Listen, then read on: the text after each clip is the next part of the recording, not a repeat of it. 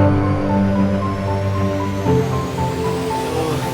lot of people ask, what is NeurOptimal Neurofeedback? Why is this something I should do? What is it going to do for me? And a good analogy of how NeurOptimal Neurofeedback works is, think about that you're driving down a highway and you start hitting the rumble strips on the highway. What happens when you do that? That's information that's been given to you, and your body basically comes back to the present moment. It's like, oh crap, I was doing this. And it gives you the ability to self-correct, get back on the highway. Neurofeedback, especially the NeurOptimal, is pretty much just the same thing. We're monitoring your brain activity, and when your brain is getting ready to kind of bounce around, skip around, get off tangent, there's a slight pause in the music.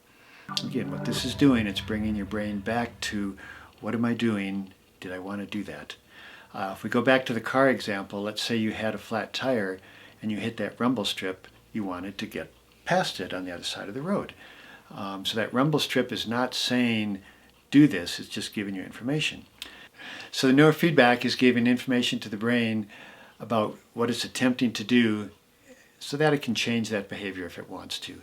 And a good example of this is when we think of people with, stress, anxiety, trauma, ADD, people on the autism spectrum, anxiety, depression, traumatic brain injuries.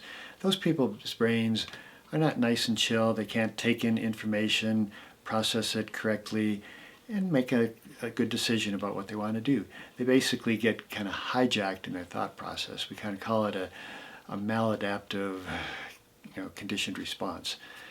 And so the neurofeedback gives the brain an opportunity to relearn and operate independently. Some people would like a little more detailed information. Another way of looking at this is if we compare this to the traditional neurofeedback systems. Traditional neurofeedback, they put this little cap on your brain and they're measuring your brain waves. And they're looking at it and they say, oh, you have too much of this, not enough of this. And they're basically, in their neurofeedback system, they're trying to push or pull your brain into certain brain states. NeurOptimal neurofeedback is different in that they call it nonlinear. Traditional neurofeedback is linear, or dynamical. Dynamical is constantly changing. What the NeurOptimal neurofeedback is doing, we have two active leads on the top of the head, and it is measuring your brain activity 256 times a second. By comparison, traditional neurofeedback is monitoring your brain activity 8 times a second. Traditional neurofeedback also only looks at 2 criteria: the frequency of your brain wave and how strong it is. The NeurOptimal neurofeedback looks at 4 criteria: not only frequency and intensity, but also duration, time, how long it's going in each particular pattern, but also we call it when it's ready to shift or change. And so we're monitoring your brain activity 256 times per second in real time, and when that brain is bouncing around, it's giving that information in the form of a little pause in this music that we're listening to. And this is all done under the hood subconsciously. So your brain can be bouncing around, there's a little skip in the music, and it's just bringing that brain back to the present moment, giving you choice, did you mean to do this? But another good example here of kind of explaining how this works is, think of a hummingbird at your hummingbird feeder. It's just sitting there right at the feeder. It's like magic, it's just floating in space. The wings are just going. And if you were to listen really carefully, or if you were to film it, with a good microphone, just before it started to move, you'd actually hear the wing speed up.